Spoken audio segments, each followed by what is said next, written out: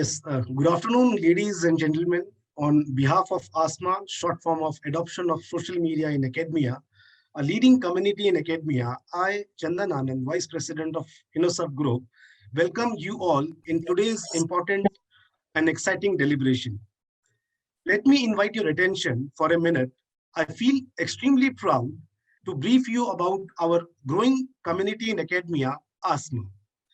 By now, ASMA has hosted hundreds of events and webinars, every session being very unique and niche in its own way. Thus, passionately, we have delivered many successful series of deliberations.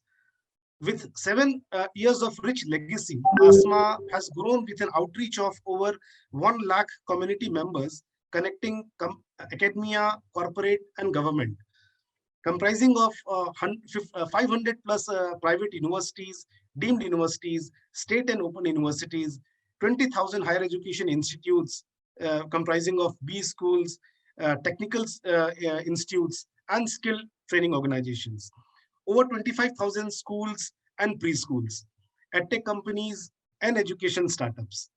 We are continuously serving them via various facets of knowledge sharing platform, which is ASMA Portal, ASMA Television. This is a YouTube streaming platform, ASMA TV, ASMA webinars, event conferences, ASMA awards, MDP and FDP programs, website development, social media enhancement, newsletters. Our mission is to accelerate this movement of community outreach, knowledge sharing platform, and exploring collaboration opportunities. The journey becomes easier with your support and encouragement. We are excited to announce yet another niche and unique virtual event series, ASMA School Leadership Conclave 2021, powered by FinanceSpeed. The series will continue for a duration of over 2 months. We are really thankful and glad to have the support of an association of our partner, FinanceSpeed. We have digital HR as our HR community partner. We have Orai Robotics as our AI partner, and FMA Digital as our engagement partner. We are creating this knowledge sharing platform and networking platform, which I am sure will open the doors and opportunities for collaborations. So the quality in education of India is improving. And with that, the cost of education is rising. As parents try to judge the increasing cost and desire to provide their children with best education, the pandemic has left everyone vulnerable and anxious about financing their students' education. On the other hand, schools have also suffered due to low admissions and other financial challenges during this unprecedented times. Today's topic of discussion in ASMA School Leadership Summit is how education institutes can navigate the post-pandemic economy with the help of technology partners. We will learn to know how the schools will achieve their financial goals in post-pandemic world, how fintech partners and other technology partners are paving the way to better education through technology solutions, and what innovations can improve productivity of a school. We are thrilled to inform that the webinar has got an overwhelming response and participation. We are glad to have your participation as listeners, attendees, speakers, and partners. We are really, really thankful to all of you for contributing your valuable time. Now, may I please invite my colleague, Rahul Binoy, to take the session ahead, and please let us introduce the flow of program and the panel speakers. Over to you, Rahul.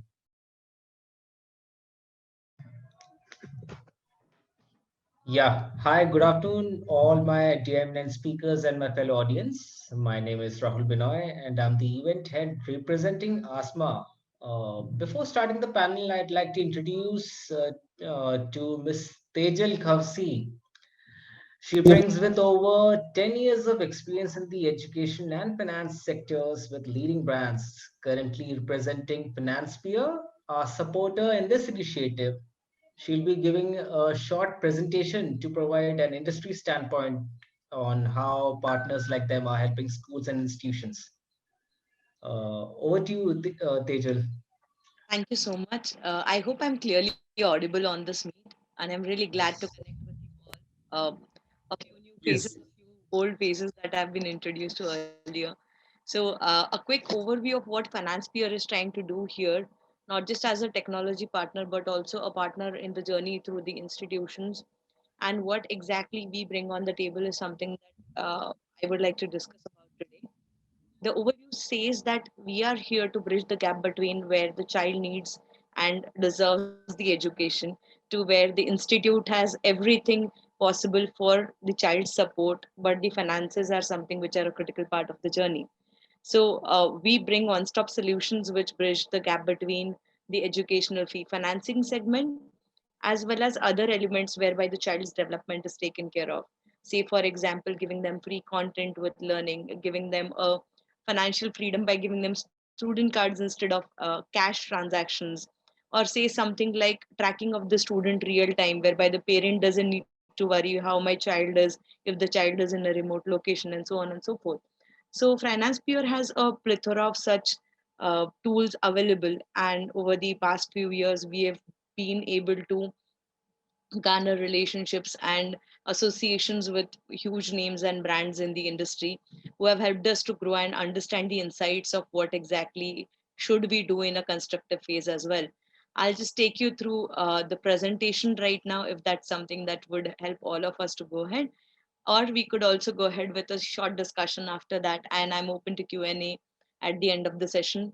uh, a very important point today is that I would want to understand what everybody amongst us has as an insight or would want to know more about in terms of our association or anything else or extra that we could do to help our students to grow, because that's what is the end goal of the journey.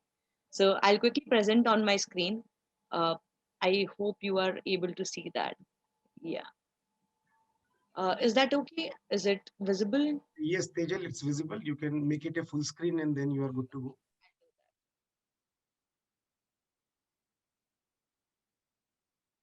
Great. So, through the pandemic, there have been certain things that have evolved that we weren't aware we would need. Something like digital solutions, which everybody was aware that is a part of the evolution, but nobody thought that it would have to be done overnight, or nobody from the education domain was prepared for such a transition over the period of 1 week or 2 week or 3 weeks, whereby all the kids that we are supporting would suddenly stop coming to the schools and everything is going to be remote. Or the kind of collections that were there earlier before COVID, it was all like you would either get the fees in one term or like you would get the fees in a maximum of 3 to 4 terms, whereas now the collections have become something that is an alarming factor altogether. Okay. Or maintaining the premise, earlier it was more of housekeeping and maintaining a good hygienic place for the kids, whereas now it is all about maintaining sanitization and a structure of how exactly it would work, and the cash flow has reduced a lot over a period of the last 9 to 10 months. So this is a catch 22 situation that both schools, colleges, and even other institutes are equally a part of. And how do we bridge the gap between this? So some of it is on the digital learning platform, the other part of it is where the funds come into picture. So what FinancePeer does is we provide funds to the institute via the parents borrowing smaller funds through us in a monthly EMI basis. And instead of the institute getting monthly smaller parts, all of that is given to the institute at the start of the session, which gives them the flexibility to decide what exactly they want to spend on to, or where exactly the school wants to go ahead. Both in K-12 education as well as in colleges, finances remain as a very crucial part of how we would proceed. Okay.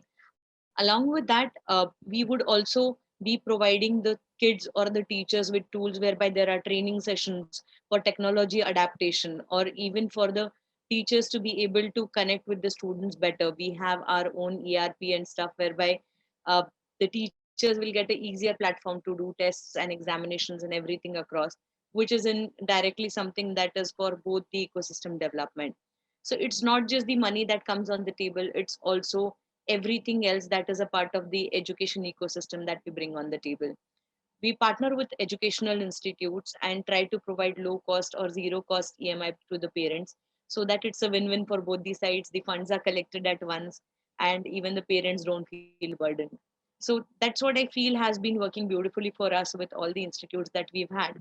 And we are looking forward to, increasing the number of 3,000 to say 5,000 or 6,000 in coming days. So here are a couple of names written. We have institutes like Podar Group, we have institutes like Graphic Era University, we have DY Patil Group. So all these are a part of our family, and the size is growing by leaps and bounds every single day.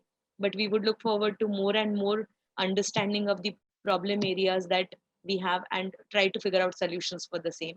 So that's where we are at, and I'm really glad to connect with you all today. I hope that I would be able to get something by the end of the conversation whereby I can pitch in something across from my end, whereby we look at a solution oriented approach towards things. So that's all from me, Chandan and Rahul, and I would love to hear out from everyone else as well. Thank you so much. Yeah, that was a wonderful presentation, Tejal, a wonderful telltale from a technological standpoint. And I truly believe our audiences will get benefit out of it. Before starting the panel discussion, I'd like to introduce our eminent speakers we have in here today with us.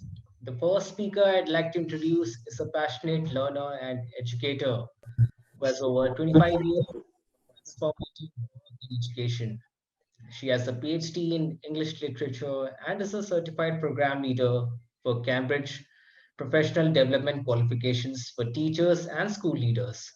Her experience as an educator cuts across various aspects of K 12 and higher education, from curriculum design to quality assurance, from very affordable to niche progressive schools, and from greenfield at risk to premium schools. Currently, the Director Education, GEMS India, and the Executive Principal of GEMS International School, Gurgaon. Please welcome Dr. Amrita Vora. Welcome you, ma'am. Yeah.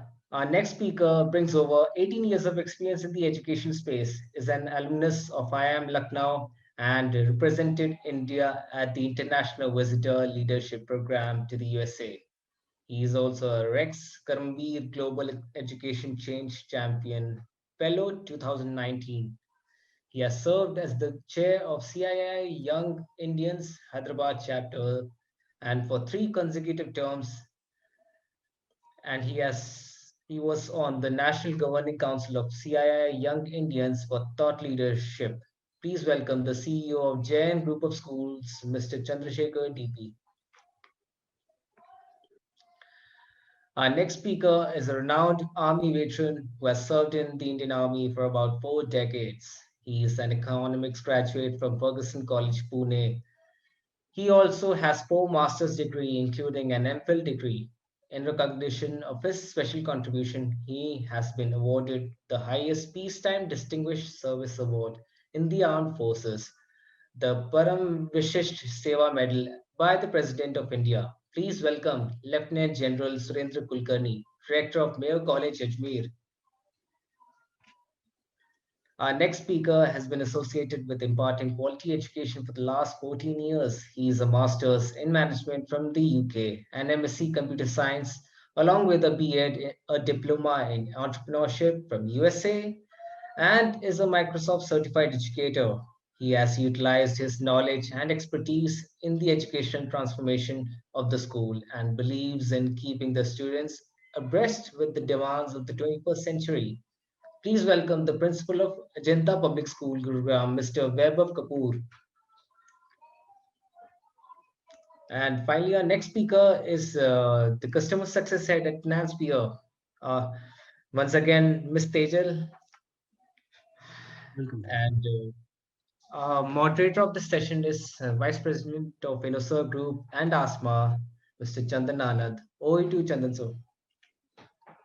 Yes, thank you so much, Rahul. In fact, a special thanks to Rahul Binoy, who has been the connecting link and a person for the success of this event. So you are there to keep us, following us and making this event finally happen today.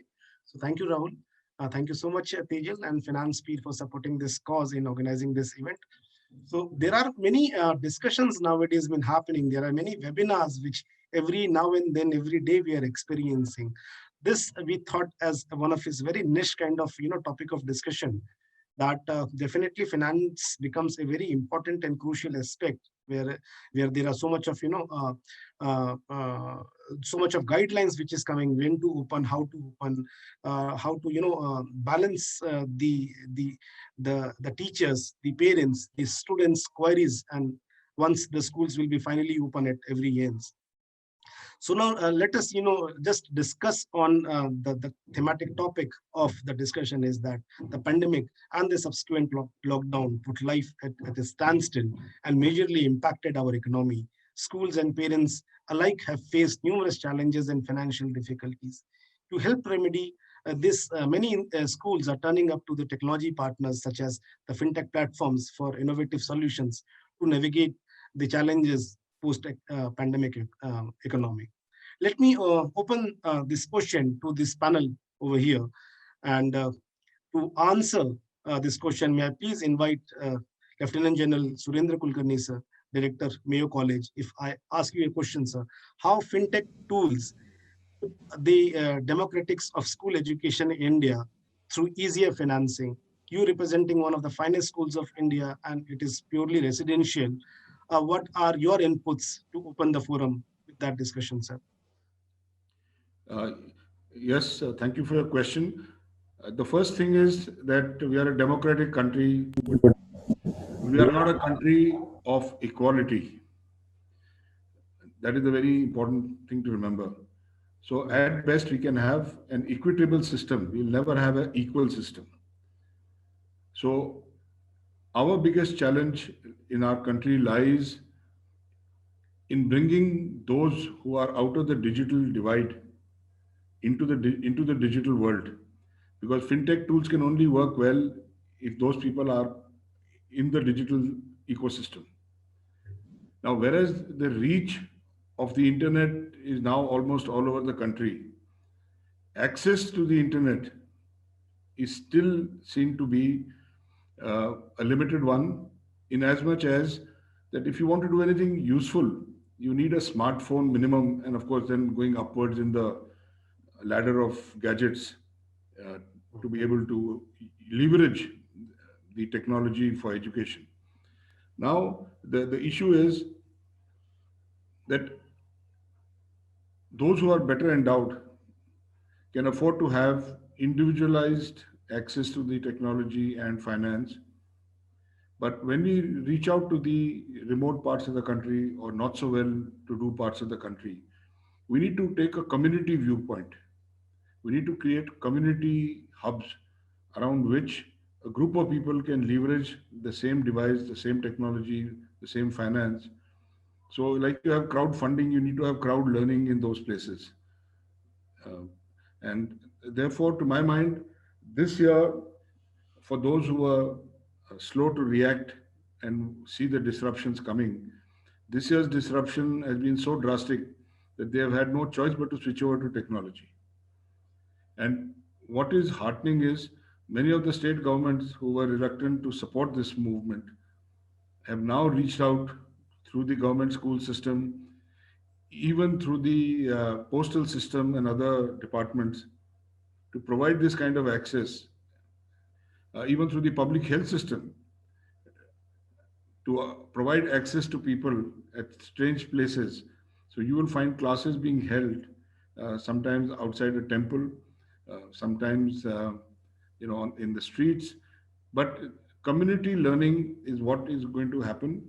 And in terms of financing going ahead, what we need to look at for bulk of our country is the microfinancing system, of the kind that in a different context, say, like Professor Yunus of Bangladesh, who got a Nobel Prize, who started Grameen Bank, on the concept of microfinancing through a hub of women. Uh, the same thing will have to be looked at for education, that there will have to be a shared set of devices or access and a shared system of uh, meeting the financial commitments that arise out of it. So I think we need to look at schools like, say, ours, which are in a different position vis-a-vis those who are in other parts of the country in a completely different context.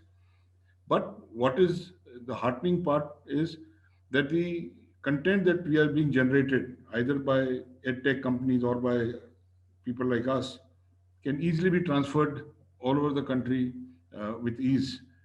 And therefore, content generation is not the worry at that end. Access to microfinance and devices of course, the internet is the challenge for a very, very large part of India. Thank you.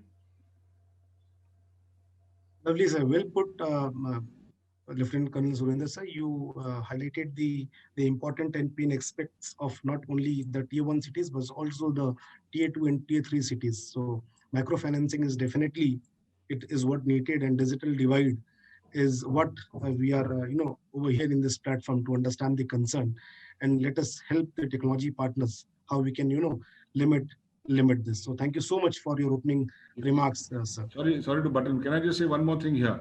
Yes, sir, please. Even looking at it from a commercial point of view, Yeah. there is money to be made at the bottom of the pyramid. Yeah. Because the numbers are so large that even if you get small returns, the cumulative advantage as a commercial proposition is perhaps higher than going in for a handful of elite schools. Correct. Absolutely, sir. We do agree with your remark and points over here.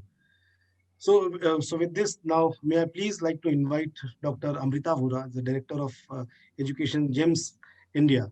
GEMS, as we all are aware that they are in fact not only into the K-12 education, but they are also one of the global education management systems in EdTech as well. And it would be true to say that this group is one of the largest operating group from kindergarten to grade 12. So it is a pleasure and honor to have ma'am you over this. Can I please repeat the same questions to ask as an opening remark, or maybe you would also like to open this remark by just letting us understand more about what GEMS India is expanding, and how have you dealt through this pandemic situation, ma'am? Thank you. And thank you, Lieutenant General, also for your comments. You raised a very, very key concern that, yes, technology is here to stay and the internet is everywhere. But the challenge in our country is that things can be equitable, but not really equal. But even to make them equitable, we have a long way to go. We really need to move from roti kapda or makan to roti kapda makan or internet. And I think I've been saying that earlier. To answer your question, GEMS Education is indeed the largest K-12 education company across the globe, and we have schools spread out. When the lockdown in India happened, thankfully for us, we were kind of well prepared. And the teachers were already trained, everybody was already all set. It was the writing on the wall back in January and December, and things had already started. And it was clear that something like this would happen. It was happening in the rest of the world, and in our schools in the rest of the world. So we had a remote learning program completely ready, and we were able to ensure that from day one. And remote learning is not just about suddenly teachers moving into teaching online. It's a whole different pedagogy. To engage a child online is not the same as to engage the child in a physical classroom.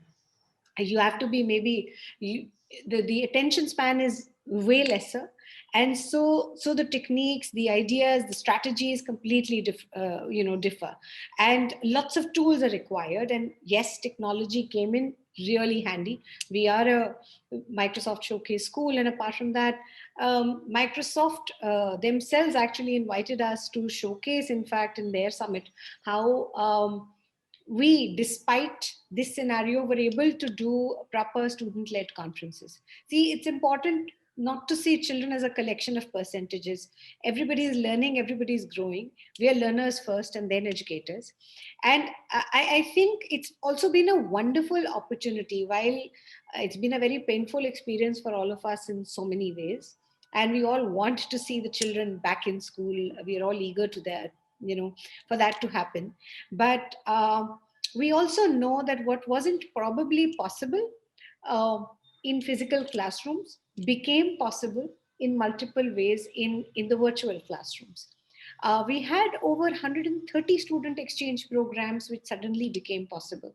We had an MUN. Normally, we would have done it in the city, in the district, spread a little more, national. It went international in no time, and the children organized it. We had uh, similarly various other initiatives. We had Dr. Shashi Tharoor actually addressing our children in the literature festival. I think we could have invited him in physical school, but it may or may not have been possible. God only knows. It became possible, I think, a lot because of technology. We had Brian Lara, inaugurating the sports academy and so on. So lots is going on, lots has happened. Education for the first time transcended the idea of space and time. A lot of personalization is possible. We've always believed in differentiated instruction. Every child is different, every child is unique, learns in their own way, at their own pace. And we build the curriculum, we build the whole structure, the inquiry in the classroom in such a way that every child is reached out to at a personal level. But this became even better and more easily possible for us, and more efficiently possible for us, for all kinds of learners during. So we are definitely, so what, new normal, as they say. Um, I don't know what that new normal would look like, but one thing is for sure: the hybrid model is here to stay. The blended learning is here to stay. We are going to do that, implement that across the school. The globe has become much smaller, much smaller in the span of this 1 year, and our children, more than anything else, uh, they're not, we've been working in the education sector too much on just the head. It's about the heart, the hand, it's about their emotions, it's about their creativity, their social intelligences, all of these. And this complete persona of the child really needs to be catered to in an education environment. And that is what we're really focusing on.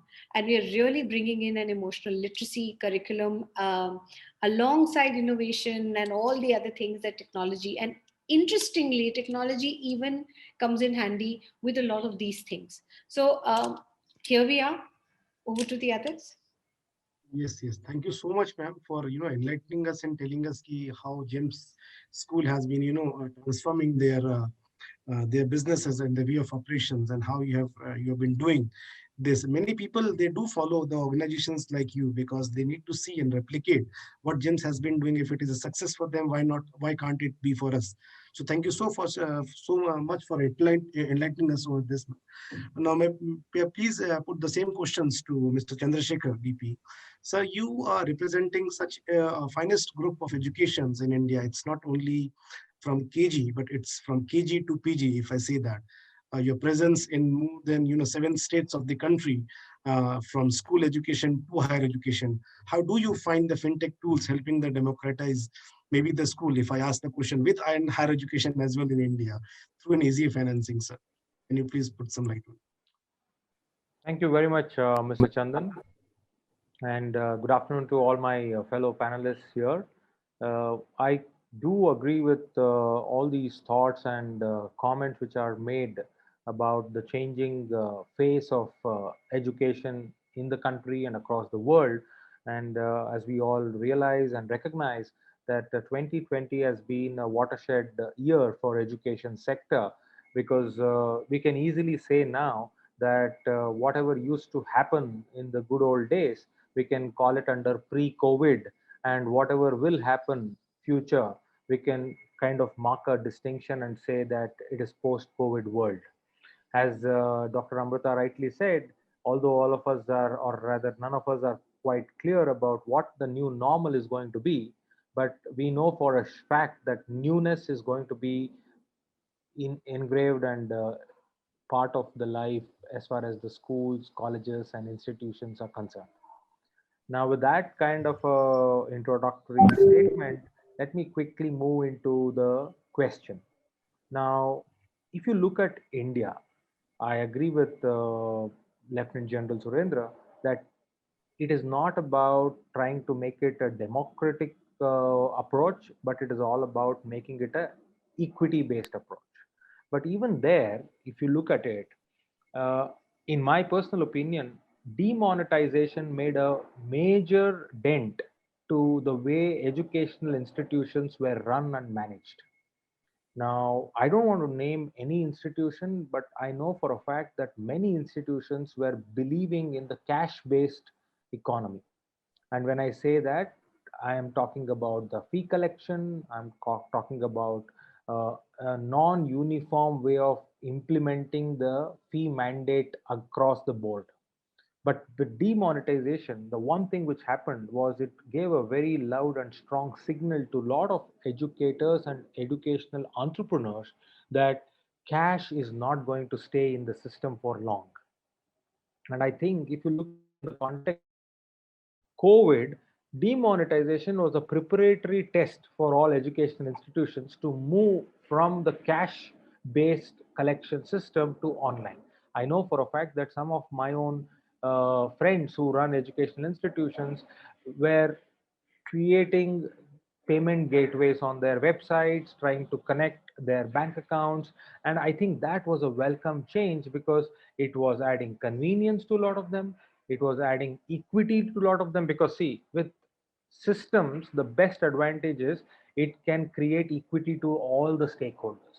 If there is no system, then it is my wish and your wish. I can do what I want with you. It is across the table. And after that, somebody else will come there and they will change the system. But with this kind of a tool, whether you call it online banking, call it payment gateway or UPI interface, whoever it is, there is a kind of uniformity. And I think demonetization made an important dent in that scheme of things as far as running institutions are concerned. Now, fast forward to 2020 when COVID came in, it only went up a notch higher because now, of course, there are regulations from the government, and for almost 6 months from March, we were not even clear about how much fees can be collected. Will the correction will happen at par with previous years, or are parents willing to pay the exact fee, or is there any new model we need to employ? All that kept aside, one thing which was absolutely clear in the minds of everyone, be it a parent, be it a student or a staff or even the school, is everything is going to be digital. Everything is going to be online. So that created a lot of level playing field for a lot of institutions, or almost every institution, to kind of accept and also continue to run online when it comes to finance and fintech tools. And it also becomes that much easier when your input is all standardized. Then it's all about cleanly maintaining your books of accounts, which in the long run, educational institutions should ideally subscribe for that, because at the end of the day, whatever you do it, I have a different feeling for that particular factor of education being non-profit in India. But then at the end of it, it's important when you are in a knowledge environment, you need to maintain the system and you need to maintain transparency and you need to maintain accessibility. So in that context, I say fintech has definitely made a dent and made an impact. And this is just the beginning. In the next few years, at least 3 to 5 years, I see a lot of opportunity for, like they say, clean energy. I'll say clean financial tools to leverage the bandwidth which is already set up in institutions. Now, let me talk about Jain Group. We, for one, are online right from the last 5 years or so, if not earlier. But on a whole, the group is completely online since last 5 years in terms of collection of fees and maintaining the system. And I know that we have a working relationship with FinanceSphere as well in some of our schools. But keeping that aside, the advantage we are looking at, or the focus we are focusing on, is when it comes to university. We offer a lot of credit transfers. Now, when I say credit transfer, NEP is also promoting that nowadays. But in the university level, at higher education, there are students who enroll for, say, a BTech program, but then parallelly they want to do a law diploma or they want to do a management degree. We allow that to happen. Now, how do you reconcile these financial, matrices in terms of that student? So for us, it's simple. It's one student, one number, and then add-on courses will just get loaded onto that child's or that student's LMS, and then accordingly the fee collection or the fee management will happen. Now, in an online world, it is possible. In an offline world, it is still possible, but there are cracks and there are options for people to kind of maneuver around the system. So all in all, if I would like to tell you, I would rather say that fintech and financial tools will ease the burden on everyone, every stakeholder, by promoting transparency, by promoting the focus on the learner and the knowledge or the resource provider, be it the university, be it the college, be it the school, whoever it is. That's one point. The second and the last point, which I would like to talk about, is the topic of today. When you talk about what is the way we navigate in the post pandemic economy, I think it's very evident and very clear that as educators, we need to look at the disruption which has already happened, and we need to be also prepared for the disruption which will happen in the near future. When I say that, Dr. Amrita rightly said, teaching online is not just taking whatever you used to do in the offline environment onto the Zoom platform or a Google Classroom. It requires a different set of approach and different set of skill sets. I think time for schools and institutions to invest in upskilling their staff members for that particular thing, because that becomes the number one navigation tool in the post pandemic world. The second part of that is prepare for more disruption. Don't put a full stop and say that, okay, now everything is going to be online, let's go the digital way. No, you never know what is going to happen. People are talking about hybrid, people are talking about offline, online, digital. A lot of these acronyms and a lot of these jargons are getting used. That's fine, that's nice headline material, but let's understand the reality. The reality is to make a difference to the character formation of a child. We need to make our focus on that.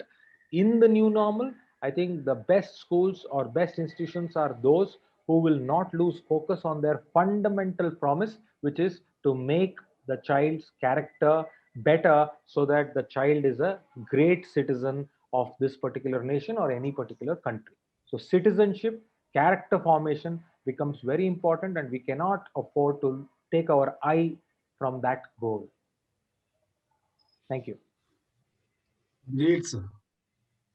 You will open this session, and you added a great inputs and threads to what Lieutenant General Surendra ji and what Dr. Amrita has left over. So, and very well said, sir. You actually summarized all your statement into two things, in fact, three things. One is like transparency. Transparency is what is needed. Financial to be digital is will make the life easier. I understand, totally understand, especially for the bigger organization or maybe for the smaller organizations to help keep the track of all the financials. We have to be prepared to be ready for more disruption. That is very well said and taken, sir. And character formation is the need, what you know just nailed out, a very important point over here. Thank you so much for your remarks over here, Chandrasekhar ji. Now, may I please invite Mr. Vaibhav Kapoor, Principal of Ajanta Public School, with your opening remarks about maybe if you can highlight how K-12 Education Institute can navigate the post-pandemic economy, sir, with your opening remarks with this session. And you may please highlight a bit about what your education institutes have been doing during this pandemic world. Yeah. I'm pretty elated with 2 points which has been taken by Mr. Chandra. The one is about demonetization. Yes, I could see other person talking good about demonetization. Second, it's not only about the technology, it's even about becoming a good citizen. So we cannot be dependent upon only on the technology while you want to enhance the education system in your country. I think it's important, and it's pertinent to mention that to become a good citizen, you need to have another life skills, which is not only possible while teaching online. Well, it's rightly said that to have any disaster, it's a laboratory for innovation. So during a war or in the aftermath of an earthquake, whole society mobilized to answer the immediate challenge, while a cadre of researchers looks for a way to transform the crisis into advances that will improve lives or save lives in the future. See, according to me, and I'm sure about others, the COVID-19 will be remembered with one of the most difficult test faced by humanity in modern history. And I'm sure that a lot of other schools would have faced and the toughest challenges during pandemic. But happily, I'm saying that being a Microsoft Showcase school, our teachers were well trained for the different trainings to run this school in such a platform where we can provide 21st century skills program to the children. And yes, it's rightly said the pandemic has taken a lot of lives, state anxiety and political drama over a health system and triggered potentially a lasting geopolitical change. Around the world, actually, desperate efforts are underway to contain what has become a profoundly disruptive outbreak.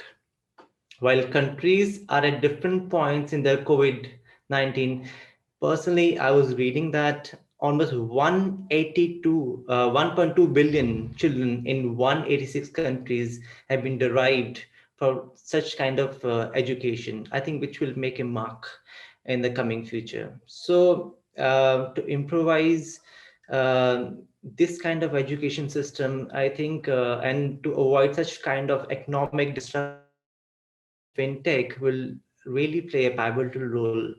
From last since many months, I heard from Mr. Chandra that we were not well aware about the direction, like how much to charge the fees uh, from the parents, but there have been different high court orders. There have been a bit of a vague understanding of the orders given by the various high courts of different states. But now, such kind of companies will really play a pivotal role to bridge the gap between the school and the parents. So those who are struggling in such kind of COVID times, I think providing the funding at the right time will surely help those children who have been deprived of getting a quality education or just normal education from the school. Yes, as this Microsoft Showcase School, we've been providing such kind of features while using the various tools, which has helped us to reach not only to the students, but even to the parents. So I think in a past COVID world, the classrooms will no longer be contained within four walls in the post-COVID. So I think the pen and paper, email, Excel, these are all outdated ways to work with data and information. Instead, a construction app connected to the cloud will let your staff enter data on mobile devices with custom forms and templates to teach the students of 21st century skills. So that's it for my opening remarks, and here you go for the session. Thank you so much, Vaibhavji, for putting your points pretty well. And we definitely, we definitely align to the kind of situation which institutes are coming up with, and how your institutes are also, have showcased best practices and how your teachers have been doing and adopting the technology. That is good to understand. So now we have the person who is here to answer all the queries, which is not only coming from the speaker side, but maybe what many listeners would also like to hear more about how. So what the problem is there, we all are aware of, but how to solve this problem, how to make the transparency, and how to ease the process of finances. Tejal, may I please invite you, as you being the customer success head, you must be coming across so many queries.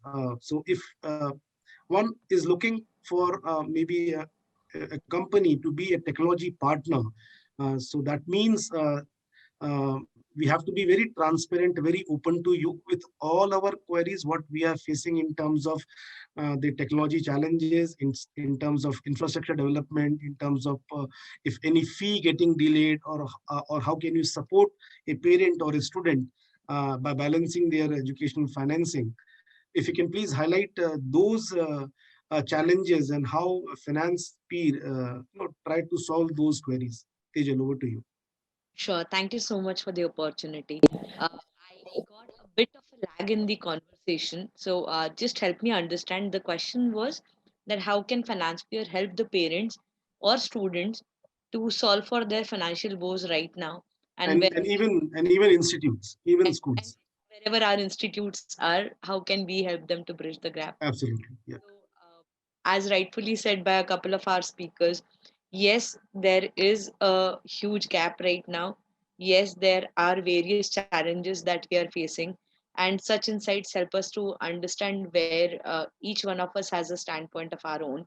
And currently, what FinancePeer is doing is we are looking at the demographics of how exactly each one of our parent profile is evolving, or our institute profiles are evolving. Like, for example, some of the institutes which are there in tier 2 or tier 3 may not have parents who are digitally equipped to understand everything from a lending perspective.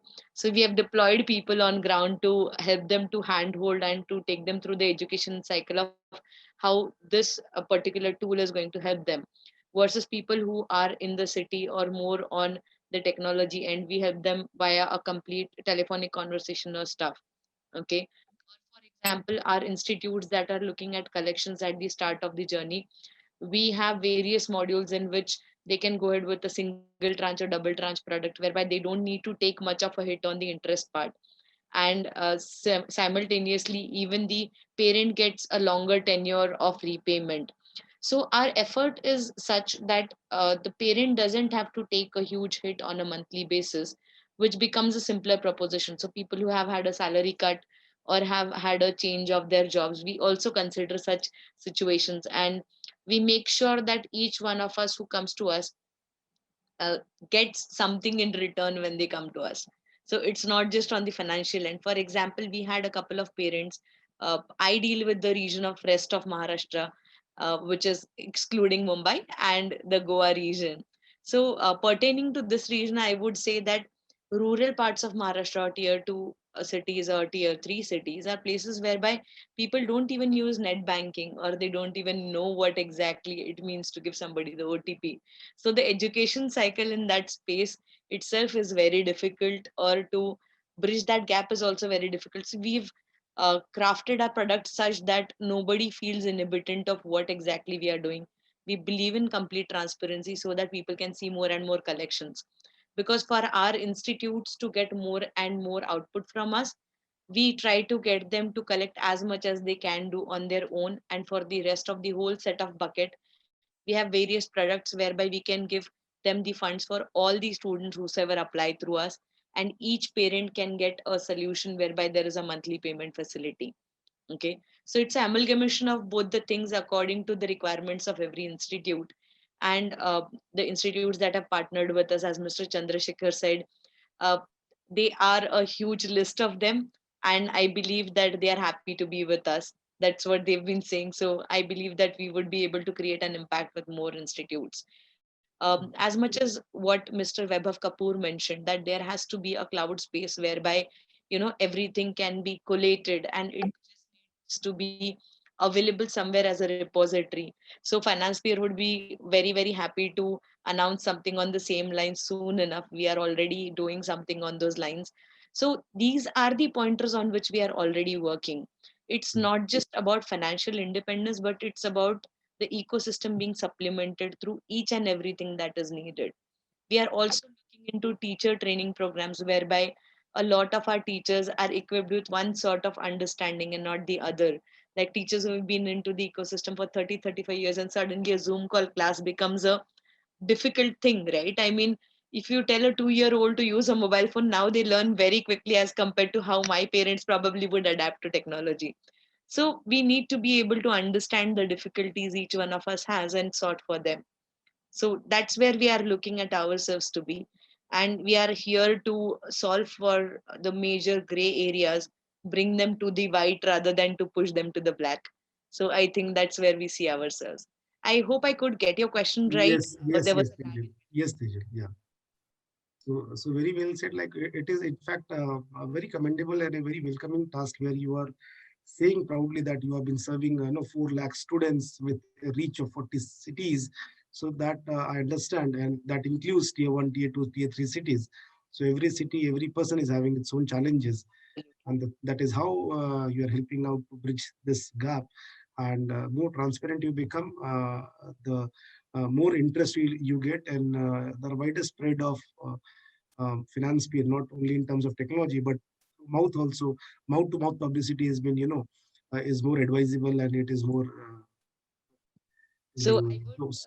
So sorry to cut once, you there, but I would just say Finance Peer has got all of its set of people who are associated with us, like 80% of them, through the references of the previous yeah, people who have been connected with us. So okay. that's a proud moment for us, whereby we feel that instead of going all out and telling people what you do, our own references are the people who have connected us to grow.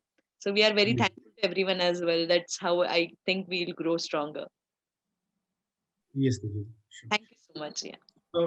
So taking these questions ahead to understand more into a depth of information about how technology can, or how technology tools and more innovative tools can minimize administrative workload, and to help build more cost-effective system in schools. May I open this question with by inviting Lieutenant General Surendra Kulkarni, sir, for your comments over this. Yes, for the administration of schools, this is to be taken as a very basic start point. It cannot be seen as a luxury. It cannot be seen as an option. It is an absolute necessity in today's time for a number of reasons. One is a matter of convenience. The second is the matter of response. If you have a ERP which is functioning properly and incorporates all the features that you mentioned in your question, then obviously the responsiveness is near instant. And especially for us, that since being a fully residential school, our parents are all over the place. They can't afford to wait for routine correspondence to happen like it happened in the good old days. They can't. They don't even have sometimes the patience to wait for us to reply to an email. So the portal itself needs to be so transparent, and bulk of the information should be, unless it's confidential in some nature, needs to be upfront for them to access at the click of a button. And I mean, a small thing like our website, we find almost every 6 months we need to do an upgrade because uh, the demands of the social media world today are so fast and with so much of information that we are always playing catch up. So obviously, then you need to move on to having an app and other social media platforms where you keep things going. But the important feature that is needed for this administrative part, and I think most schools have been a bit late to understand this, though from what I heard Mr. Chandrasekhar saying, I think they're well off, that you need to capture data points. And you need to capture multiple data points on a running basis because they are being generated in your school or in your system. The problem is if you don't have those data points being captured in a pre-planned way, then using that data for analysis, for decision making becomes difficult. And as we go ahead, it's not only for administrative purposes that you need data driven decision making, but even for the growth of a student, for an individualized, personalized growth of a student, data driven decision making will have to be just accepted as the norm in the way ahead. Uh, Linked to this, a point that came up from many people is that the traditional system where even students, even in tier 3 towns, students saw education as a means to getting a job, and ideally in a government department, where you had an assured tenure and things like that. I think increasingly you need to encourage students to have an entrepreneurial attitude, and to do that, you've got to question the status quo. To question the status quo, the digital platforms that you have in school are very handy because if you Google something, you'll get a direct answer. But if you teach your students to ask the right questions, then out of the analysis that comes out of the projects that they do, and out of the design thinking that they do, All these tools are needed. Otherwise, you are shooting in the dark, and it is not evidence based, it is not empirical. You cannot do modeling unless you have these digital tools at your disposal. So, across the range of activity in a school, this is absolutely essential. And of course, it is also the direct gateway for payments and other things. So, uh, I would recommend that any school, irrespective of where they are, doesn't move on to this as a start point, is going to be left behind. You know, Indira Gandhi once famously said that India lives in 6 centuries. This divide will not be so sharp, but even if you live in 3 centuries today, you're too far behind, too far behind. And we can't allow this to happen, that parts of the country are lagging behind so much and some parts are, you know, at the cutting edge. Right. And this advantage of the digital world is that it's a great leveler, and you can democratize, because information can be democratized very easily, right? The analytical tools can be democratized easily. Now only it's in your imagination, as I said, how do you capture your data points to facilitate your decision making? Thank you. Right. Thank you, sir. Well said. Like it should not be the matter of convenience. It should be responsive. It should be transparent, and multiple data points, should be collected and captured for a fruitful result and a good analysis of it. Thank you so much for it, sir. Now, may I please invite Dr. Amrita Vora. KB asks the same question: how technology tools can minimize the administrative work and to help build more cost-effective system in your schools. With your example, it would help people to understand better. Amrita ma'am. Thank you. And quite agree with Lieutenant General Surendra here on a lot of things that he's already mentioned.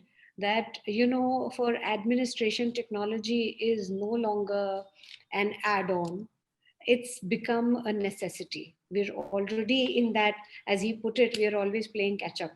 We are already in that phase where no matter how strongly we build our systems, within 3-4 months, we realize, oh, we need more. We need this, and now we need this, and this has changed, and even better, something else has come up. So yes, this continuous, and I think it's very well aligned with the way we anyway think in schools.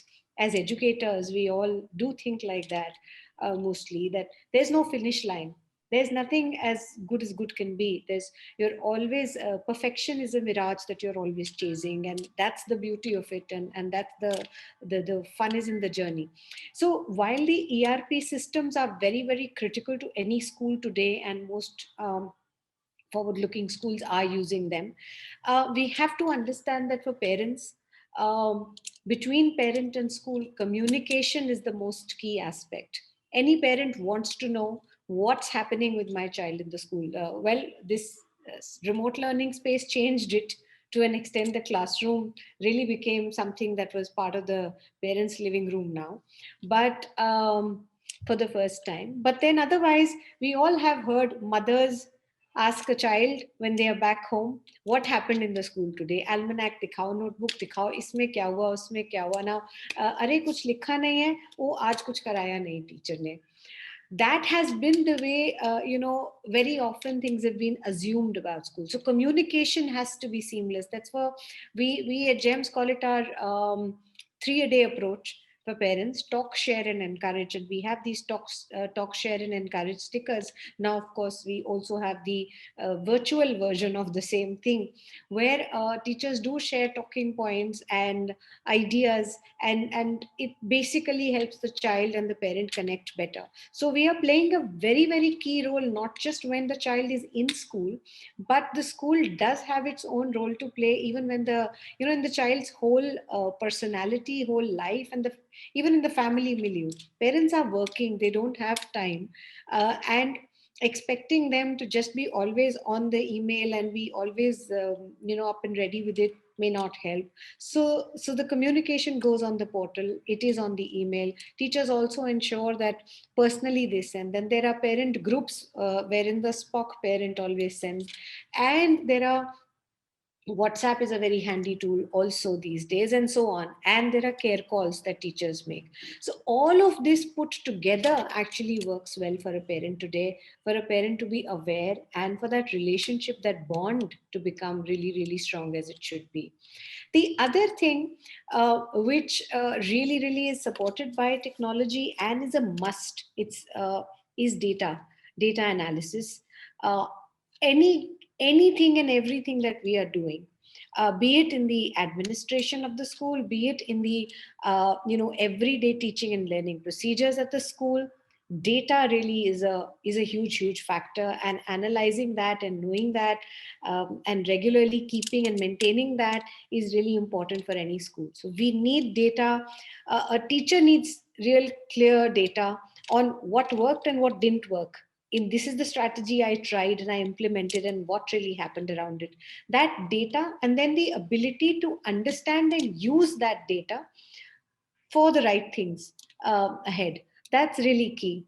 So at every level, at every stage in the SOPs of the school system, this needs to be really built in, and that's what we have. Again, we used to have processes to do these things manually earlier.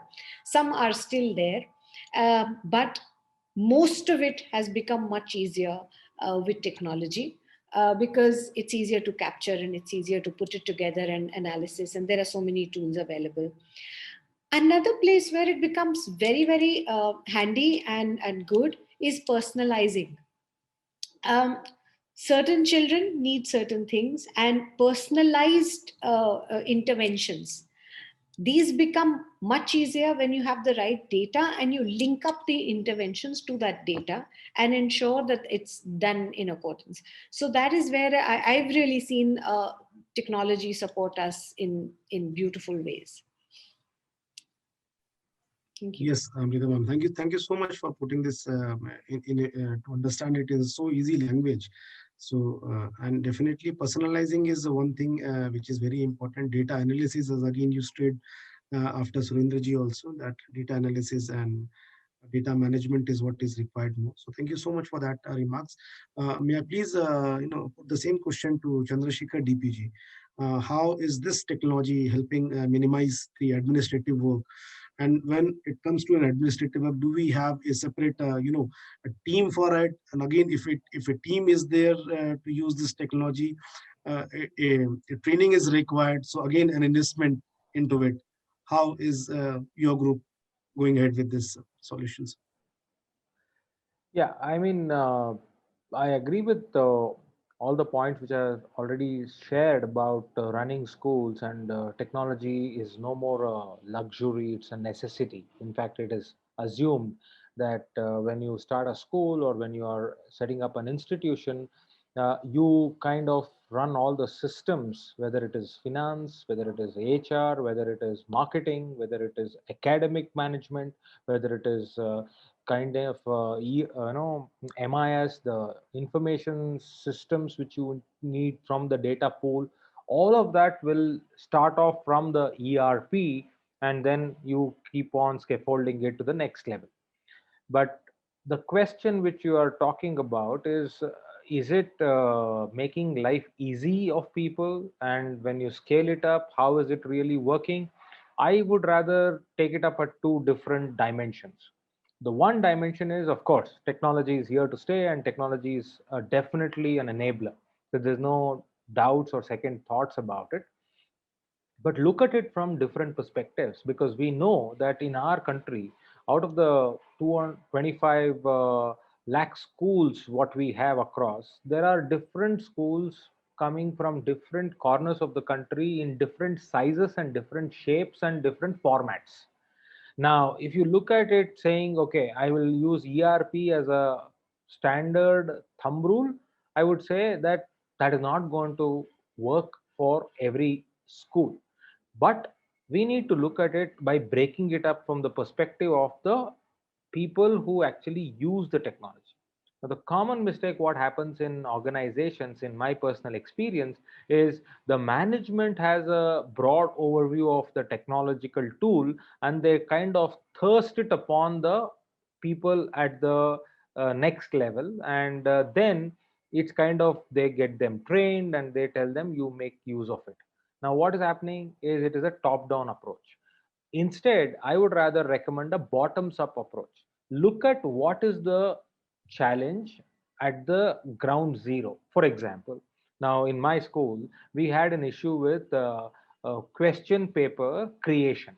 Of course, all of us have to create a question paper in line with the national curriculum framework, and there are certain blueprints and rubrics which we need to follow. But we looked at it from that perspective and said, okay, this is something which needs to be done day in and day out in every school. Whether you have one school or 100 schools or 50 schools, you need to follow this.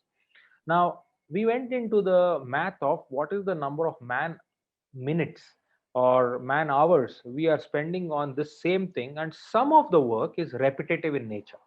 Because when I say repetitive, look at it from the perspective of, okay, this year I do this question paper, next year the same teacher will do another question paper for the same class, but the child is different. So when we created this, was, I'm talking 2009 2010, we created a software. I don't want to use the word software, but we created a kind of a tool where it was in-house. We took some help from our engineering students and other things, but we created a question paper generation software. So we started loading certain things like, okay, this is a concept which comes for a 5 mark or a 3 mark or a 2 mark. And what our teachers were supposed to do is, it was still manual, but it had technology as an enabler. What they did was they used to give the programming in the thing, okay, I need this chapter and I need a 100-mark question paper.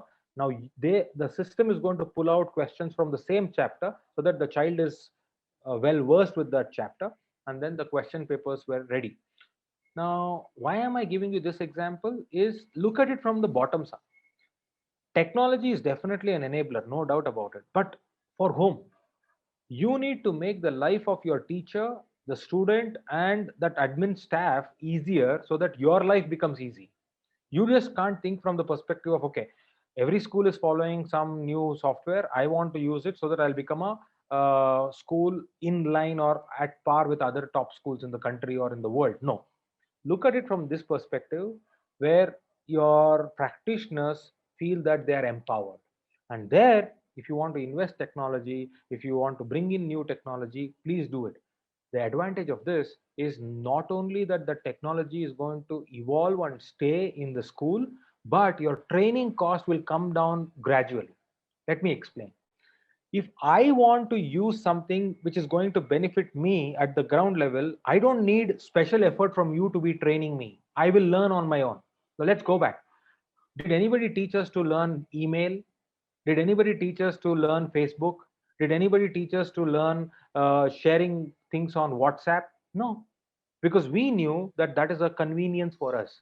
And because it is a convenience for us, a layman can also manage Facebook, WhatsApp, or even email on today Google Classroom. I say this because I remember 2019, I was having this conversation with my Hindi teacher, and I was trying my best to convince her, saying, you need to have a Gmail account, an email account, not a Gmail, but an email account. And she said, sir, मुझे तो जरूरत ही नहीं है, अभी मैं हिंदी पढ़ाती हूँ और मेरा बच्चे तो क्लास में रहते हैं, तो मुझे ईमेल का क्या जरूरत है, मैं तो 8 hours स्कूल में रहती हूँ, so I can see all the circulars and memos in the physical form on the notice board. Today, 1 year later, in July 2020, she runs a Google Classroom. Why? Did I train her? No. She understood that either she has to learn and perform or she will perish. So the idea here is make it bottoms up, which is going to stay here. So to answer your question, technology definitely is a necessity in every school, but let's look at it from the perspective of enabling people on the ground, rather than me saying, okay, it's a checklist item, I have an ERP, I have a software, I have some data analytic metrics, and then I will start bringing a CTO or a kind of a team who will look at it. Yes, the team investing for a corporate level is good. I'm not saying we also have our teams of software and data analytic teams and other things, but then they are only going to do the number crunching when the number is fed into the system. You can't expect that team, which is an outsourced team or a third party team, to start feeding the numbers. The numbers will have to come within the system. Your percentages, student performance metrics, fee collection metrics, everything has to come within the system for a school. And once that gets populated, you run any algorithm and bring out any report which can make your decision making better, faster, and effective. Thank you. Yes, well said, Chandrasekhar sir, in fact. So, obviously, when it comes to an understanding that it is a need of an hour and this is what is required, there is no training as such required. People themselves will come out that कि अच्छा इसके बिना तो होगा ही नहीं, तो ये सीखना बहुत जरूरी है. And only one or two inputs will help them understand. A very simple but very important example you said that, and I think that will definitely create an impact in people who think in that lines. It is not that difficult. It is just that, is it required or are you just copying it for the sake of other people's are doing? Is it? Thank you so much for that remarks. Vaibhav Kapoor, may I please invite you? Would you like to add on some more inputs from your end and your experience, how technology tools can minimize the administrative workload? Sure. So in terms of work, they must be minimizing the workload, but again there is a cost to it: cost of technology, cost of training, and cost of maintaining that. Sure.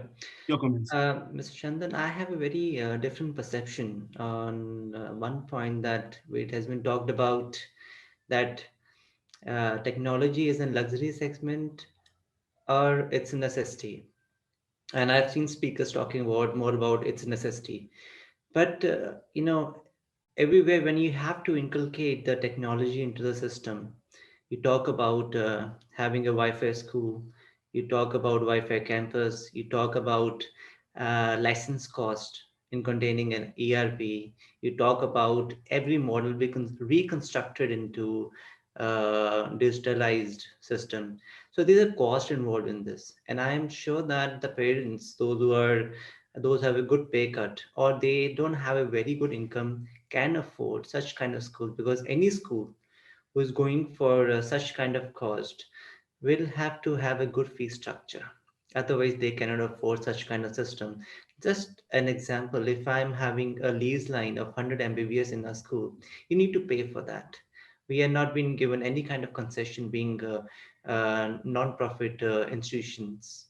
So it's important to understand it's a necessity, but even it comes into a luxury segment. So I'm a bit afraid that in future those schools who cannot afford such kind of segments or cannot have such kind of technology due to financial constraint will be out of the market, or they will be they will be merged with some other company who will come and buy them.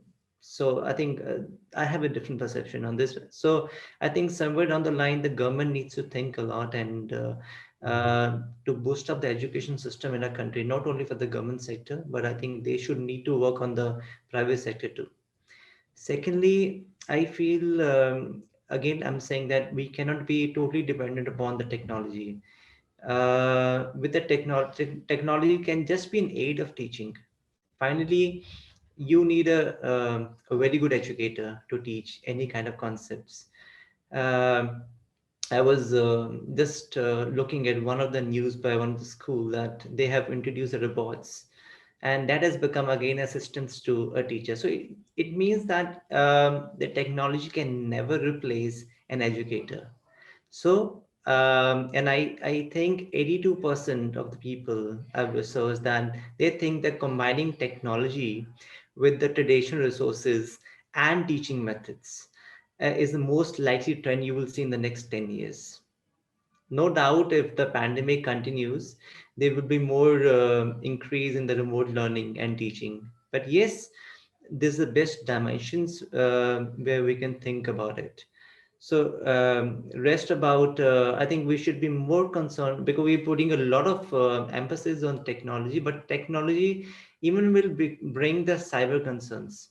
So we need to even talk about the cyber security of the system. So somewhere down the line, I think advancement in technology will always affect the employment in the country. I mean to say there will be more unemployment because you see the banking sector.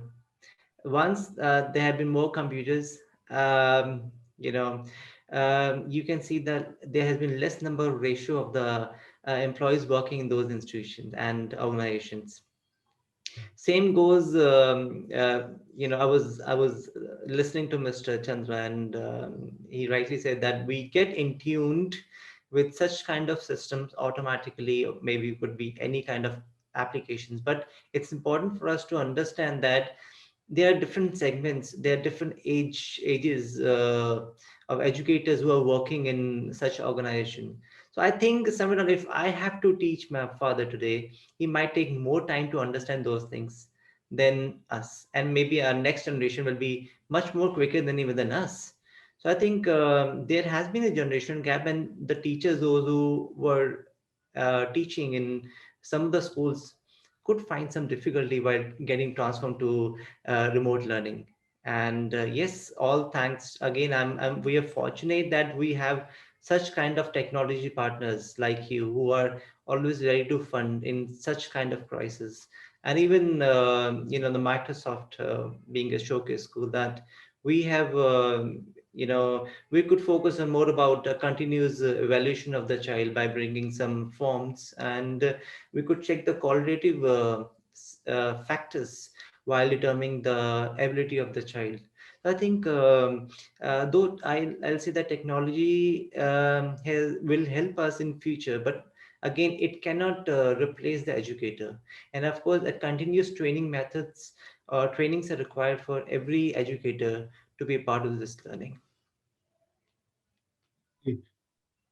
Yes, Vaibhav, thank you so much for your remarks over here. In fact, you had a mix of opinion, as it is how it is important and how it cannot be replaced with an educator. But with this, now let me also invite the participation of audience over here. Audience, thank you so much for listening us so patiently and calmly. And I hope the session is going in the right direction. And just to keep you also engaged and making it a more virtual dialogue, can we please invite some of the Q&As in the Q&A section box, so that we may ask these to our eminent speakers, and you will be also a part of virtual participation finally. So with the time I start asking the questions to the panelists, I would like to encourage you to please put some of the important questions to be asked with the panelists over here. So yeah, with this, I guess Tejal, you have been listening to all the inputs and such important discussions which is happening. Let us understand from your end. Once we talk about the technology, definitely there is a cost associated with it. Is it really a cost, or are we somehow helping in lowering the cost, which Chandrasekhar ji also said about it? Sure. So, increasing or decreasing a cost can be at our end when it comes to some of the tools that we can provide for. Most of the things that we can provide for free right now, because we are trying to build a system whereby we could give some content for free. We are bringing a lot of technology partners as well as content partners on board, who are ready to take that extra step in order to help the children on their, by providing for resources from whereby people can adapt and learn more and more online. So that's one thing that we've done in this direction. Yes, the adaptability comes at a cost, and that cost can be covered by the funds that we would be able to help to provide for. So it's something that we can help to catalyze. Some things cannot be replaced, right? That everything comes at a cost, so I cannot replace the fact that there is a cost in order to run an internet connection at an institution, right? Mr. Weber said that we would require some sort of money or funds in order to run a 100 Mbps connection at an institute. But to run that particular setup, we can help with regards to how this thing can evolve, or how exactly we could help more and more parents to pay via us, and collections to happen at the start of the session or mid of the session, wherever the school or institute finds its comfort. So these are the bits of the story whereby we see ourselves to be there, or simplest things to the nature of having involvement of the government. So we are constantly trying to drive conversations whereby there are initiatives by the government, there are impact funds whereby we are trying to raise even for the baseline, like Lieutenant General Surendra said, that we need to look at the bottom of the pyramid. So we look at all these facets of the ecosystem, and not just at the middle or the top side of it. whereby, the cream or the higher level of the funds are there. So all the thought process is being driven into the direction whereby we create an impact in the whole ecosystem and not just at the top of it. So that's where we are coming from. And I think there would be more to this story in the days to come, and I've taken the insights from all of us. Does that answer the question? I'm not too sure, but Yeah, I yeah, guess absolutely. We are just building up the conversation. yes, absolutely. Yeah. Ultimately, here on the other side lies the queries, and at your sides lies the answer. So that will definitely gradually I come hope over. I have Definitely. all the answers. Yeah, And I hope that I can figure out all the answers over a period of time. There are a absolutely. lot of Yes. insights from Amrita ma'am that I took across when we were talking about how people can evolve in terms of what they're doing online also. So a lot of us are apprehensive about how the kids will adapt to it, but these are the beautiful things about going digital. Kids learn faster than we do. Like probably when I was a child, my parents never thought I'd be able to do this today. And same is the case with the next generation or the kids who are 5, 6, or 10 years old right now. So yeah, uh, I think it's beautiful how we all have catered to these ecosystem that we are a part of, and we would do more to the same. Great, great.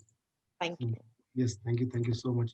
So I think we are now, approaching time of finish. I would quickly like to, ask one very important questions, and if I may request everybody to kindly summarize maybe in a minute or so. To you, Lieutenant General Surendra sir, how have your institution leveraged technology tools to navigate the post-pandemic economy, sir? Yeah, to give you an honest answer, uh, as even Mr. Chandrasekhar had mentioned earlier, we were already into it earlier because we saw this disruption actually starting around 2007 8. Around that time, YouTube had already come in.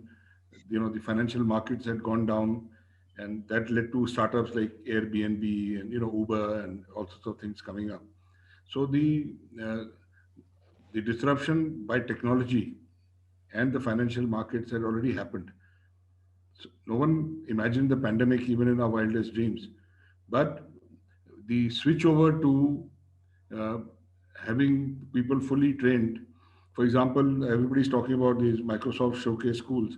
I'll tell you, our tie-up with Microsoft was in almost 3.5 years ago or 4 years ago, that Microsoft was kind enough to give us two trainers and 90 devices, Microsoft Pro devices on loan, 90 of them, and two trainers gratis for 2 months, right? So actually, all it needed was one day to refresh MS Teams, and we sort of kind of rolled out immediately.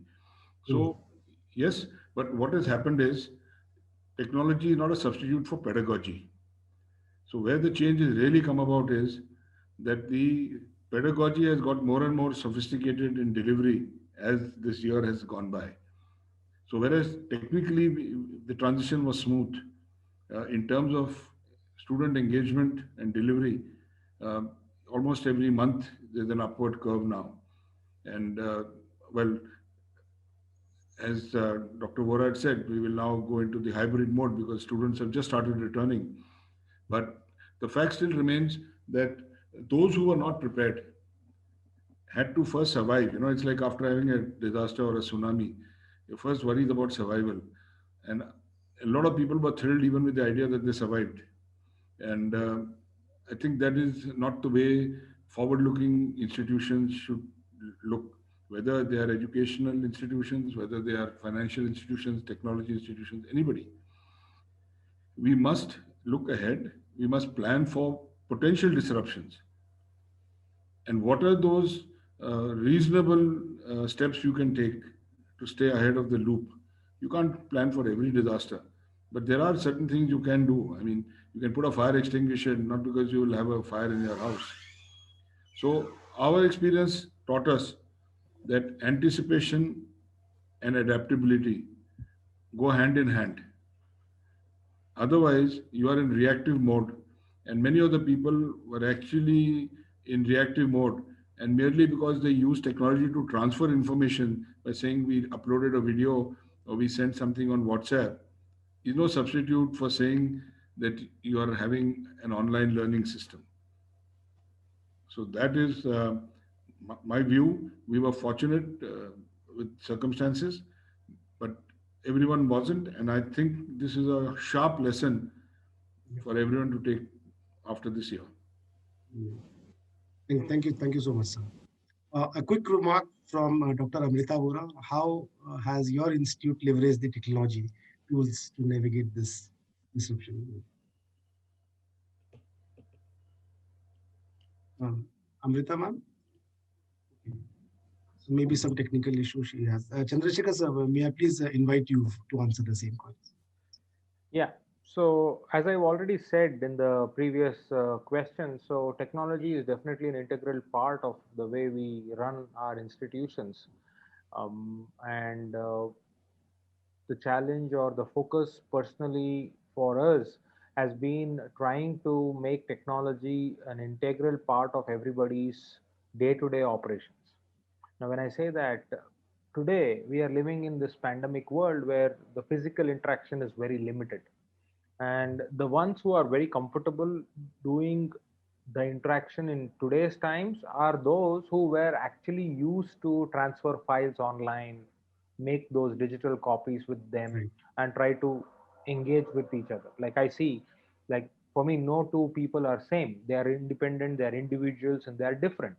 Now I see that somebody who does it almost effortlessly, but then the exact same thing is done with great effort by some other person.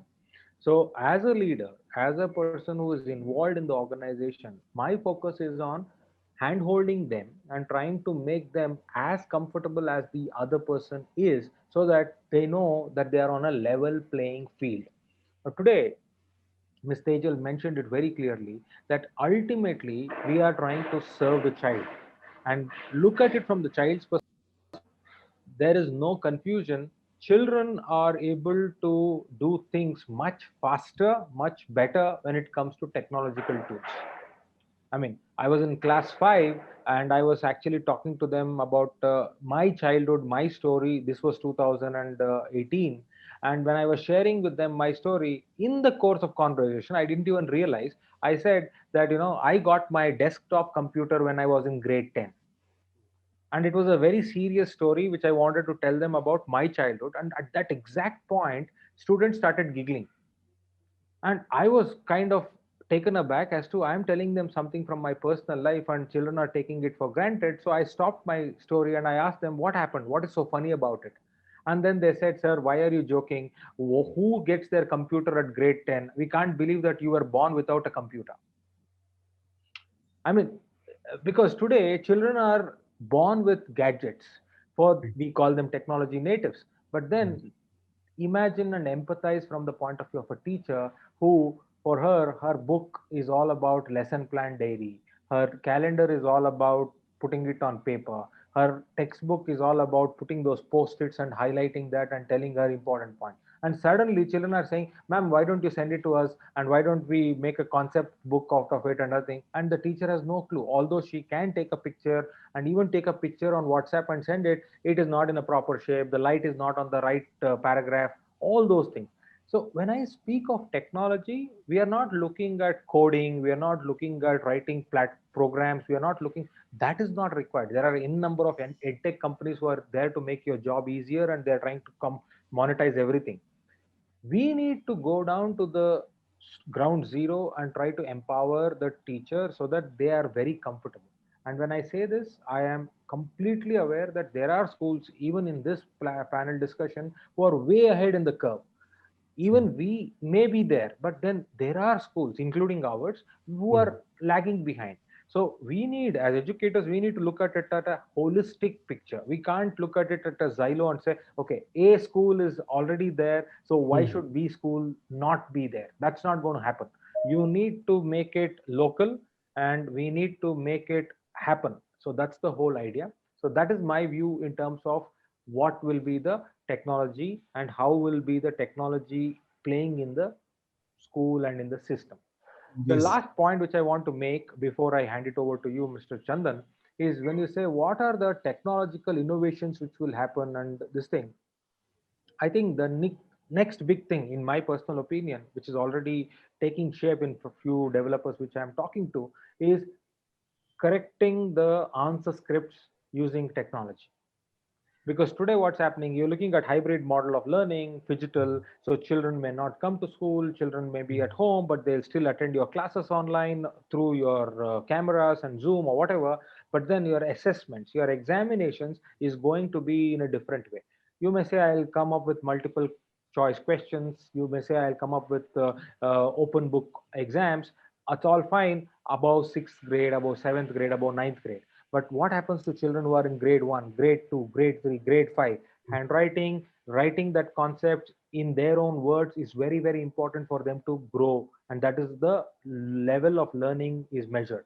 So I think the next thing which technology is going to do, and it's already doing, and we are already working with a few partners for that, is when I scan the document of maybe answer script 15, 20 pages, the software should correct it, should grade it, and should also highlight certain things and give it to me. We've run some beta tests with some companies in Bangalore and Chennai, and we are pretty happy and convinced with the way they are going. But I think that's going to be the next thing which is immediately implementable in a school going forward, because 2021, 2022, things are not going to be what it used to be in 2017, 2018.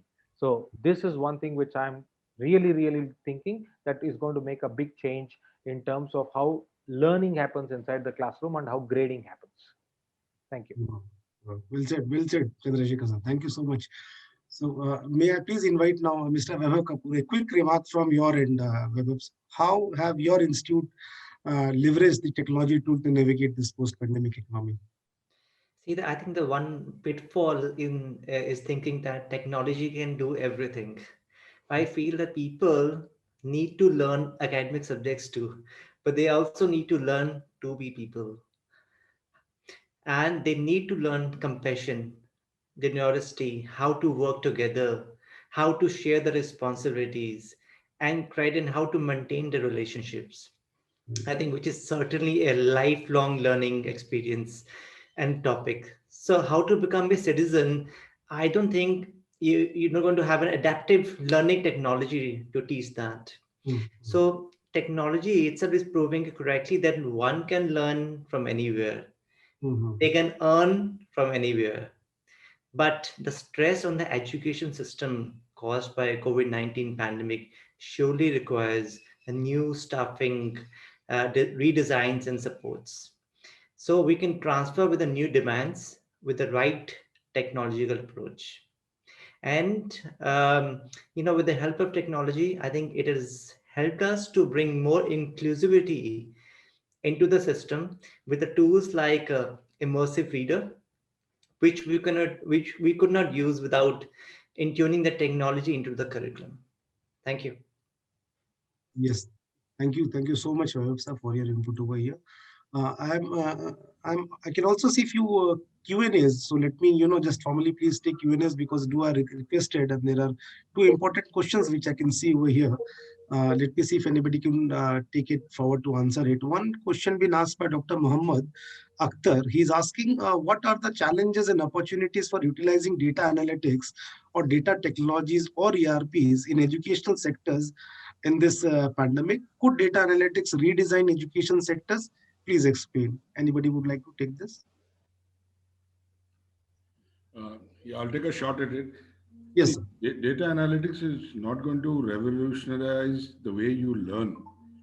But what is going to happen is that from the old collective industrial kind of format that was there of a typical class, where you try to have standardized kind of outcomes, the advantage of data analytics will be one at a very micro level for personalized learning, so that you know that based on the aptitudes, interests, talents, and perseverance levels of an individual student, which are the areas where he can best leverage his strengths. Right? It's like you saw the match in Australia recently. Rishabh Pant and Pujara can't play the same way. They both have a great contribution to make to their team. So you'd go to leverage the strength of each student. So at a micro level, you can do that by building up data points from the time you join school, or even at the early childhood level. The second is at a micro level for the school's systems and processes. If you do the data analytics, again, I will go back to my point I made about how you capture the data is important. Then you can definitely make data-driven decisions for the Yes. growth of your school. For example, let us say if I do data analytics, I can see a long-term trend about where, say, my students are going or preferring, say they land up in business as entrepreneurs, or do they land up in corporates as, you know, as, as people who work there. So based on that, we can work out which is the combination of subjects we can do. And the new NEP, I'm glad, allows you a lot of flexibility both to the students and to the school system. And in anticipation, you can move ahead and choose uh, a decision which may become relevant tomorrow. I'll give you, I'll just mention a very classic saying to the person who's asked the question. That what happens, we teach the curriculum of today because there's a curriculum defined today. You teach this curriculum of today for a student who has to actually live life tomorrow.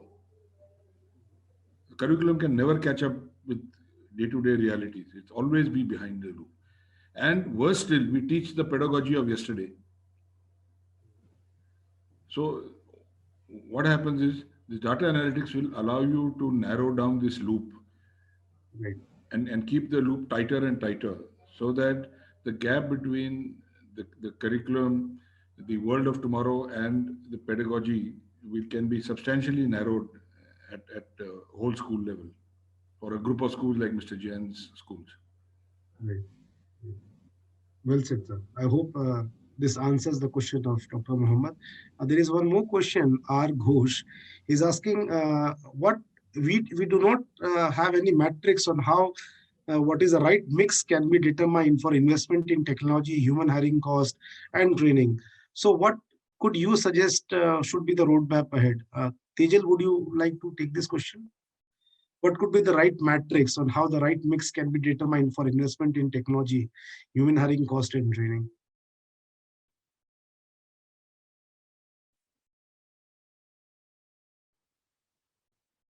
Please unmute yourself. Yeah, I was trying to, but there was Yeah. some problem with the Zoom call. Sorry. Yeah. So, with regards to this question, I think it is very, very subjective. Like, there cannot be a definite answer to what is the right way for a particular setup. Like, if it is education system itself, it is split across in various parts. Like, there is alternate education, there is a primary education, there is K-12 education, whereby grade 1 to 5 is split differently across, and then there is grade 5 to 12 split differently. Then there are graduation level courses, and there are voluntary level courses. So where what should be in the investment is a very subjective question per se. So it can be defined with regards to a particular use case. I would love to take this question if I know more details about what steps, like setup are we talking about, more than making a generalized statement, because it doesn't work that way. Yes. Like, what Yes. works for a school in Nagpur maybe doesn't work for a school in Chennai or in Delhi, or Agreed. what works for a coaching center doesn't work for a preschool. So the recipe for something great comes with all the efforts that you put into that particular system, and not in a generalized assumption of the system. So I hope that I can solve for this, but I would Yeah. need Yeah. more. Absolutely. Absolutely. So this actually somewhere helps the person to understand, and you gave a overall. Anybody else would like to answer? Chandan, 1 second. Can I just say a word here? Yes, sir, Yes. please. Yeah, yeah. See, in the long run, I think all of us understand this. It is the human cost, the costs on people, which is Right. the biggest, cash burn in the long run. Right. So therefore, if without compromising the functions that the human beings are doing, you can leverage more technology and training, then overall you will find a more efficient and most cost-effective system. You can't, right? Because it's very important the long-term costs are always maximum for human beings. You'll see any corporate, what happens when there's a downturn? What do? You lay off people. Yeah. Yeah. I mean, it may not be, you might say it's not, doesn't sound good or ethical or whatever else, that's separate. But the reality is because cutting down human costs and the long-term costs, and especially if you're a good employer and you look after your employees, all the way through and even after they leave, uh, I think you can make substantial long-term savings if you use technology and training in a smarter way. And these tools are available today. I mean, 50 years ago it may have been a challenge, but today it's highly possible. Yes, yes. Yes, thank you for your remarks, sir. So I guess with this we have just crossed few minutes more to the scheduled time, but definitely, I think the session topic was very unique in its own way. It was in fact an eye opener and an ear opener for everybody and everyone who was actually involved into this, and especially at the time when we are in a stage to open the schools, and whatever cost was been still utilized in a minimal way will have to be in a maximum way, and where we'll be needing the technology partner, finance partner like Finance Speed and other emerging players. And let us utilize these partners as in our enablers to share what we have, and let us understand if we can have a kind of a beta phase of engagement where some of the elements may be given in a minimal cost or maybe a free, understanding that requirement. And maybe, I guess what I'm saying, Tejal, that makes sense in most of the institution. Yeah. So after utilizing that thing or experiencing that thing, maybe we can inculcate and use that in a better way to rest of the schools, and we may replicate that. We may have a good communication by each other by sharing your experience. So I think we hope that we all have enjoyed this session, this valuable inputs and insights coming for the leading institution and leading academicians and educators like in this panel. We truly appreciate your time with us, Dr. Amrita, Mr. Chandrasekhar sir, Mr. Vaibhav Kapoor, Lieutenant General Surendra Singh, and Tejan. We had a very blended, in fact, a kind of a discussion where corporate was there. We being an enabler and a bridging of gap by inviting people from corporate and academician, we were there. And definitely truly appreciated all the, our partners and our attendees who have given this valuable time to understand. And I hope the topic brought right justice for what you have spared your time to listen this, how K-12 education institutes can navigate the post-pandemic economy with the help of technology partners. As I said again, that this is the school leadership conclave, and this was the first session which we started with Finance Speed. This journey is going to continue for another 2 months. We are going to come up with some more exciting sessions and deliberations on different topics, definitely targeting to the K-12 industry only. We'll be having some more sessions, interesting sessions coming up over here. So this is a time where I do, okay, so now the event which has been flashing on the screen right now is again, the event is on 5th of February. We are talking on how fintech platforms can help bridge the gaps in financial management. Maybe this discussion is in-depth talk to the discussion which happened today.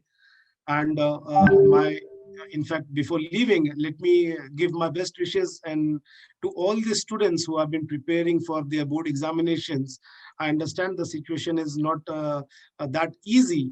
It's once it comes that we are preparing for board examinations, 10th, 12th, not only students, all the parents, the teachers, the people who are attached to that particular child is in the same shoes and same shape. So keep calm.